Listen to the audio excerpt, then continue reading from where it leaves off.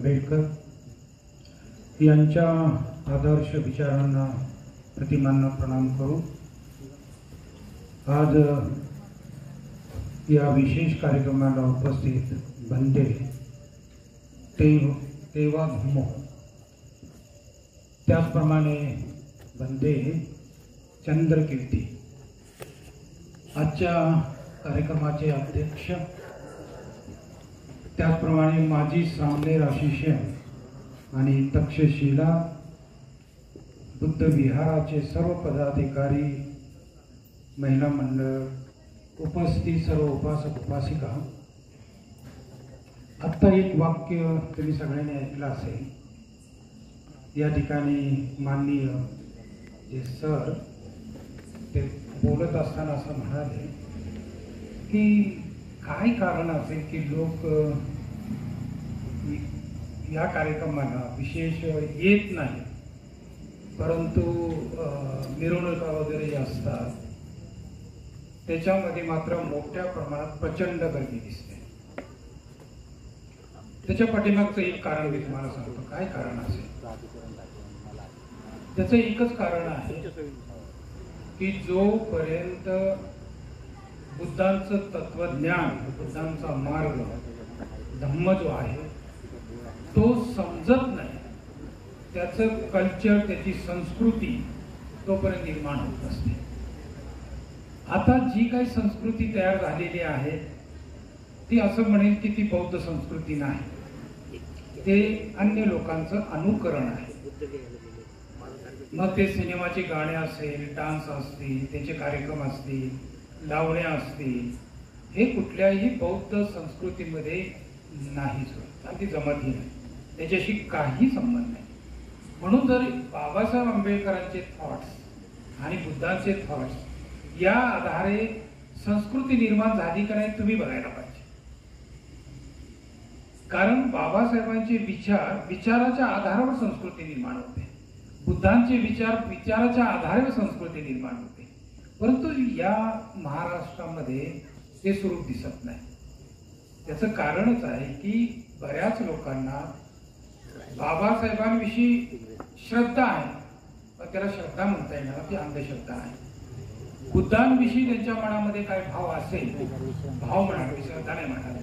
त्याचं कारण आहे, कारण भगवान बुद्धांच्या धम्माच्या बाबतीमध्ये लग्न लावणं, गृहप्रवेश करणं एवढा कार्यक्रम सोडला तर त्यांचं कल्चर हे नसतं, त्यांचं सगळं दुसरं कल्चर असतं। आणि म्हणून या ठिकाणी खूप काम करण्यासारखं, खूप काम करायला पाहिजे। याची जी गोडी येत नाही, कारण ती गोडी जिभेची नाही ना, ती गोडी चित्ताची आहे, ती गोडी मनाची आहे। ते जे मनातच नसेल तर मन इकडे आकृष्ट कसं होणार? आणि बऱ्याच वेळेला असं होतं, प्रवचन सुरू झालं की लोकांना घर आठवतं, पाय हालायला लागतात, आळस यायला लागतो, जांभा यायला लागतात, आणि आता आपल्याला गेलं पाहिजे कारण घरचे लोक त्याच वेळेला वाट बघतात, बाकीच्या वेळेला वाट बघत नाहीत। 12 वाजू द्या, एखाद्या लावण्या वगैरे असतील तर मग ते बघायला लोक बसतात। आणि हे कल्चर आलेलं आहे तुमच्यामध्ये, हे कल्चर बुद्धिस्ट नाही, हे कल्चर थॉट्स ऑफ आंबेडकराशी संबंधित नाही। हे असे महापुरुष आहेत आपल्या समोर, इतके प्रचंड आदर्श आहे की त्या आदर्शाचे तत्व मात्र आपल्या जीवनात उतरले पाहिजे, आणि ते जर उतरले तरच सामाजिक परिवर्तन, अन्यथा ते परिवर्तन शक्य नाही। म्हणून बाकीचं अनुकरण करणं आणि ते मोठ्या प्रमाणात जयंती साजरी करत असताना नाच गाणे या सगळ्याच्या गोष्टी आपण बघतो, त्याच्यामध्ये 50% माणसं पूर्ण धम्म मारो दम मध्ये असतात, आणि मग बाकीचे मग उपासिका आहेत, त्या उपासक आहेत, त्या डान्स मध्ये खूप आनंद देतात। कसला आनंद मला माहित नाही की आनंद कशाचा असतो, की ज्या वेळेला त्या महापुरुषाच्या नुसार जर आपण ते थॉट्स उतरत असेल, विचार उतरत असतील त्या कल्चरमध्ये, तर तो आनंद व्यक्त करता येतो। पण तसं दिसत नाही ना, कारण त्यांचे थॉट्स वेगळे आहेत आणि ह्यांचं कल्चर वेगळं आहे। मग ते कल्चर ह्यांच्याशी संबंध आहे का? तर कधी आपण म्हणता येणार नाही की हे बुद्धिस्ट कल्चर आहे किंवा हे बाबासाहेबांचा मार्ग आहे असं म्हणता येणार।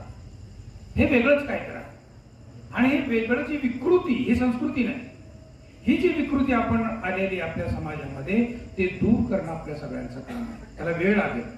तुम्ही पाहता की ज्या वेळेला बाबासाहेब आंबेडकर 14 ऑक्टोबर 1956 धम्मदीक्षा घेतली त्यावेळेचा समाज आणि आजच्या समाजामध्ये असं म्हणूया की जवळपास 25% फरक आहे, पण 100% याला जरा वेळ लागेल. आणि त्याच्यामध्ये जोपर्यंत प्रामुख्याने या समाजात काम करणारी जी लोक आहेत ना, जसं भंतीजी आहेत, समाज सुधारक आहेत, लीडर आहेत, नेता ज्यांना आपण म्हणू, त्यांच्यामध्ये हे थॉट्स आले पाहिजे, त्यांच्यामध्ये बुद्ध विचार आला पाहिजे, त्यांच्यामध्ये बाबासाहेबांचे थॉट्स आले पाहिजे. तेव्हा जर थॉट्स बौद्धिक स्तरावर जर आलेच नाही तर तो आचरणाचा भाग बनत नाही ना. आणि म्हणून आता तुम्हाला एक गोष्ट लक्षात येईल की या कार्यक्रमाला लोक जास्त येत नाही, प्रवचनाला कमी, लावण्याला जास्त, डान्सला जास्त, या सगळ्या गोष्टी गोंधळ घालायला जास्त. मग हे काय कारण काय असेल तर एवढंच आहे की त्यांच्या बौद्धिक स्तरावर हे जोपर्यंत तत्वज्ञान जाणार नाही, जोपर्यंत त्याचा आचरणाचा भाग बनणार, ते बाकीचं सहज केलेलं आहे, सहज प्रवृत्ती आहे ती माणसाची जी काही आनंद घेण्याची जी प्रवृत्ती आहे ती त्याच्यात निगडीत आहे. मग त्याच्यामध्ये चांगलं, कुशल, अकुशल हा भाग त्याच्यामध्ये नसतो.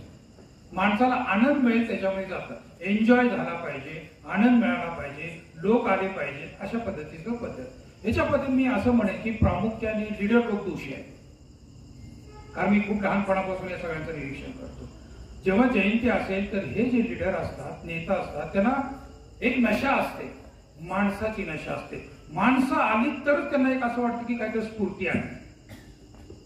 जसं एखादा दारू पेलेला माणूस नशेत असतो तसं लीडर सुद्धा असतात. त्यांना गाडीमध्ये उतरताना बघा तुम्ही 3-4 ठिकाणी टोलतच येतो. त्याला नशा असते, त्याची गुर्मी असते त्याच्याकडे की मी कोणी तर आहे आणि मला लोक सत्कार करतायत, सन्मान करायचा. एक प्रकारची खूप मोठी मानसिक नशा तयार होते. आणि मग अशा प्रकारचे जे नेते आहेत लोक जमा करण्यासाठी मग त्यांचे कार्यक्रम वेगळे असतात, महापुरुषांचे कार्यक्रम. मग महापुरुषांचे कार्यक्रम काय आहेत? फक्त हार घाला, मेणबत्ती लावा, अगरबत्ती लावा. जे बौद्ध कल्चर आहे तेच कल्चर इथं ते करत असतात, ज्याच्यात बुद्धांशी, बाबासाहेबांची काही संबंध नाही. म्हणून बाबासाहेबांचा जय जयकार करण्यापेक्षा, बाबासाहेबांनी स्पष्ट आपल्या भाषणात म्हणलेलं आहे, माझा जय जयकार करण्यापेक्षा मी सांगितलेली कामं करणं सगळ्यात महत्वाचे आहे. बाबासाहेबांना हार, तुर, फोटो याच्यामध्ये बाबासाहेब नाहीत, बुद्धही या मूर्ती वगैरे फोटोमध्ये नाहीत, त्यांच्या विचारामध्ये. आणि जोपर्यंत विचार अंमलात येणार नाहीत ना तोपर्यंत आपण म्हणताच येणार नाही की आपलं कल्चर तयार आहे, संस्कृती आहे आपली. तुम्ही थायलंडमध्ये जा, तुम्ही श्रीलंकेमध्ये जा, तिबेटियन लोकांना पहा. त्यात भारतामध्ये खूप मोठ्या प्रमाणात 1969-59ला ते लोक येतात. आज त्यांनी आपल्यापेक्षा पुढच्या मोठमोठे त्यांचे मॉनेस्ट्रीज उभा राहिले, मोठमोठे त्यांचे विहार उभा राहिले. आणि एवढंच नाही, येताना ते काही घेऊन आले नाहीत, येताना हे रोडची कामं करायची, डांबर टाकणारा रोड असतो ना, ती लोक त्यांची उपासक काम करायचे. आज त्यांनी जगाला गवस दिला. आज अमेरिकेमध्ये 50% लोक ते आहेत, कॅनडामध्ये आहेत. अशा वेगवेगळ्या चांगल्या चांगल्या प्रदेशामध्ये ते लोक वास्तव्य करतात, कारण त्यांनी बुद्धांचे विचार आणि बाबासाहेबांचे विचार अंमलात आणले. जर तुम्हाला बुद्धांचे विचार आणि बाबासाहेबांचे विचार अंमलात आणायचे असेल तर तुमचं डोकं वैज्ञानिकच असलं पाहिजे, तुमचं शिक्षण विज्ञानातच झालं पाहिजे. तुमचं शिक्षण आधुनिक जेवढे शास्त्रज्ञ होऊन गेले त्यांचे रिसर्च पेपर तुम्हाला माहीत असले पाहिजे. विज्ञानाची सांगड घालणं खूप आवश्यक आहे. अल्बर्टाईन आपल्या भाषणात म्हणतात त्यांचा समाज दलित होता, यहुदी लोकांमध्ये बोलतो. त्यांना देश पण नव्हता. ते इतके त्यांचा छळ किंवा बाकीचे लोक करत असत की जर्मनमध्ये किंवा अन्य देशामध्ये, भारतामध्ये पण ते लोक आहेत, लाल देऊळ वगैरे ते यहुदी लोकांचं. यहुदी लोक दलित लोक होते, गरीब लोक होते, त्यांच्यामध्ये कुठल्याही प्रकारची जागृती नव्हती. पण नंतर त्यांनी एवढी जागृती केली. पहिलं त्यांनी काम केलं, वैज्ञानिक जे रिसर्च होते, वैज्ञानिक जी काही प्रगती होती त्याच्याशी त्यांनी त्यांच्या समाजाला सांगड घातली. आणि आज जगामध्ये ते लोक वैज्ञानिक आहेत, वैज्ञानिक शोधामध्ये आहेत. एवढंच नाही, जगाचं अर्थशास्त्र त्यांच्या हातात आहे. पण ते किती खालच्या दर्जा, त्यांना लोक नाव ठेवायचे. आता जे पाहता की दोन्ही देशाच्या मध्ये ते लोक अडकले. आज युद्ध चालू आहे, मिळालेला देश बी त्यांचा काही उपयोगाचा नाही त्यांना. आज सगळ्या स्ट्रगल करणारे ते लोक आहेत. आणि अल्बर्टाईन म्हणतात स्ट्रगल केल्यामुळेच माणसाला शक्ती येते, स्ट्रगल केल्यामुळेच माणसाला एक प्रकारचा मार्ग सुचतो. आणि तुम्ही सुद्धा बाबासाहेब आंबेडकरांकडे पहा की ते अशा परिस्थितीतून आले आणि ते आज कुठे गेले. आज त्यांच्याकडे बोट दाखवायचं म्हणजे खूप कठीण काम आहे. एवढं आदरणीय आणि सगळ्या समाजातील लोक, सगळेच भारतीय, बाहेरच्या देशातले लोक बाबासाहेब आंबेडकरांचे विचार आणि बाबासाहेबांना मानताना दिसतात. ते विचार वाचल्यामुळे विचार जोपर्यंत वाचणार नाही, विचार जोपर्यंत आपल्या डोक्यात जाणार नाही, तोपर्यंत आचरणाचा भाग कधीच पडत नाही. म्हणून भगवान बुद्धांनी सुद्धा प्रथम स्थान दिलं श्रुत मे प्रज्ञा. भरपूर ऐकलं पाहिजे, भरपूर श्रवण केलं पाहिजे. इंद्रियाच्या मार्फत जे ज्ञान आहे त्या बुद्धीमध्ये संकलन केलं पाहिजे. पहिल्यांदा प्रथम जी पायरी असते ज्ञानाची ती असते इंद्रियाचं ज्ञान, इंद्रियाच्या मार्फत होणारं ज्ञान. डोळ्यांनी पाहणं, कानाने ऐकणं, जिभेनी चव घेणं, नाकाने जे गंध वगैरे आहे आणि शरीराने सगळ्या त्वचेनी स्पर्श आहे आणि मनाने मनोधर्म जे मनात चाललेले विचार, तर्क वितर्क, आपला जो स्वभाव आहे त्याला लक्षात घेणं. अशा या 6 इंद्रियाच्या मार्फत 6 विषय जे असतात त्याचं जी 6 प्रकारची बुद्धी असते त्याचा विकास केला पाहिजे. भगवान बुद्ध 6 प्रकारची बुद्धी म्हणतात. एक प्रकारची 6 प्रकारची बुद्धी आपल्याला असते. त्याला रूप संज्ञा, गंध संज्ञा, शब्द संज्ञा, रस संज्ञा, स्पष्टवे संज्ञा, मनोधर्म संज्ञा. संज्ञा म्हणजे बुद्धी. म्हणजे 6 प्रकारची बुद्धी आपल्याला विकसित करायची. ते फक्त पुस्तकी ज्ञानाने नाही होणार, ऑब्झर्वेशन. सिद्धार्थ गौतम लहानपणापासूनच या निसर्गाचं ऑब्झर्वेशन करत असतात. अल्बर्ट आइन्स्टाईन म्हणतात बाकीचे धर्म आणि बुद्धिझम मध्ये खूप फरक आहे. बुद्धिझम पूर्ण वैज्ञानिक, पूर्ण सायंटिस्ट. आणि म्हणून तुम्हाला जोपर्यंत सायंटिस्ट डोकं नाही, या मुलांना जोपर्यंत सायंटिस्ट डोकं येणार नाही, तोपर्यंत वैज्ञानिक जे काही विचार करण्याची पद्धत आहे ती भगवान बुद्धांकडे.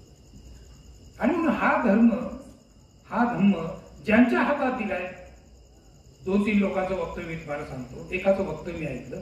एक जण म्हणाला, ते आचार्य जे मला वाटतं युट्यूबवर त्यांची भाषणं वगैरे असतात, ते काय म्हणाले, गरीब लोक बुद्धांकडे कधीच येत नाही. का म्हणाले असतील? कधी कधी खरं वाटतं. कारण भगवान बुद्धांच्या इतिहास जर तुम्ही पाहिला, राजे महाराजे राजपुत्रच बुद्धांकडे आहे. सगळ्यात जास्त या भारतामध्ये सगळ्या क्षत्रियांनी बौद्ध धर्म स्वीकारला. मग ते महाराष्ट्रातले असो, एकेकाळी तुमचेही महार समाजाचे लोक क्षत्रिय होते. तुम्ही वाचा, इतिहास वाचा, मग कळेल. तर या ठिकाणी सगळ्या क्षत्रियांनी बौद्ध धर्म स्वीकारलेला. क्षत्रिय सगळे बुद्ध धर्माकडे आलेले होते. भगवान बुद्धांचं महापरिनिर्वाण झालं तेव्हा 8 राजे उपस्थित होते त्यांच्या अस्थी घेण्यासाठी. भगवान बुद्धांकडे येणारे जास्तीत जास्त लोक श्रीमंत घराण्यातले होते, एक. आणि दुसरं, बुद्धिवान लोक भगवान बुद्धांकडे आले. ब्राह्मण समाजाचे लोक त्या काळचे खूप बुद्धिवान लोक होते. ते रिसर्च करत होते, काय त्यांच्याकडे ज्ञान होतं आणि त्यामुळे ते लोक जास्त. गया काश्यप, उर्वेला काश्यप, नदी काश्यप, जवळपास 2000 हे ब्राह्मण समाजाचे पहिले बुद्धांना येऊन मिळाले.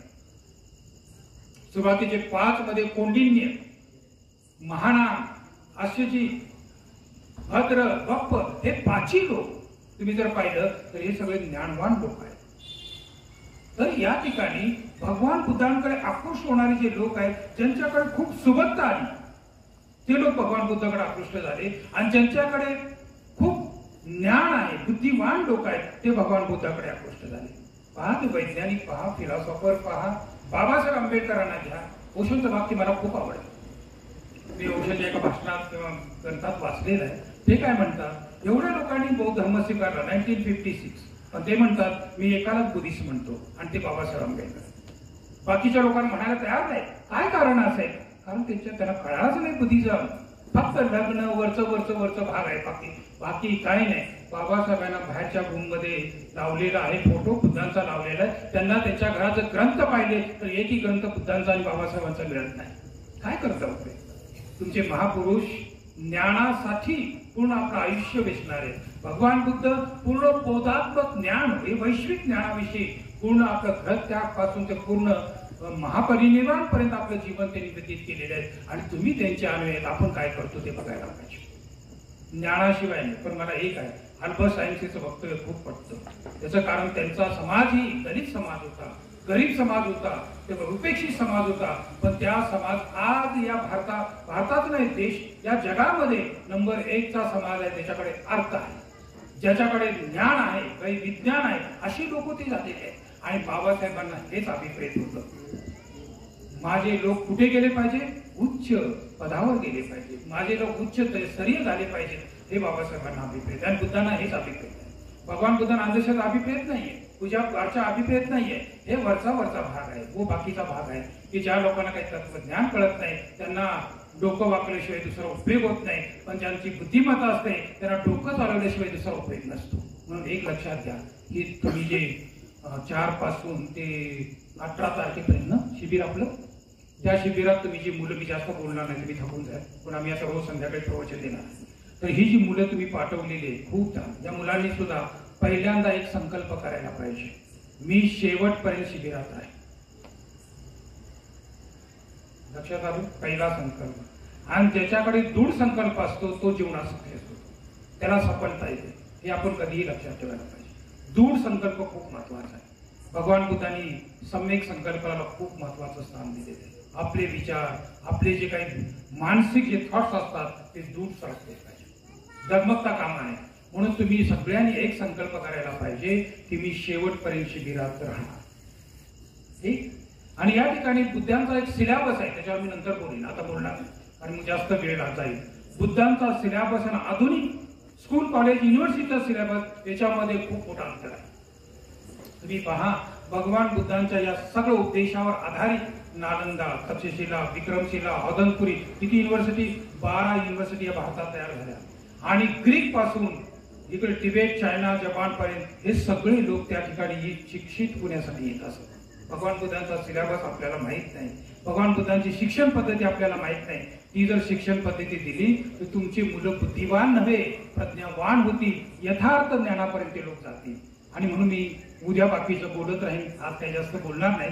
फक्त एवढंच म्हणेन, तुम्ही ज्या मुलांना इथं पाठवलेलं आहे त्यांना या 15 दिवसात 10 दिवसात लागणारी सामग्री तुमच्यापासून आली पाहिजे.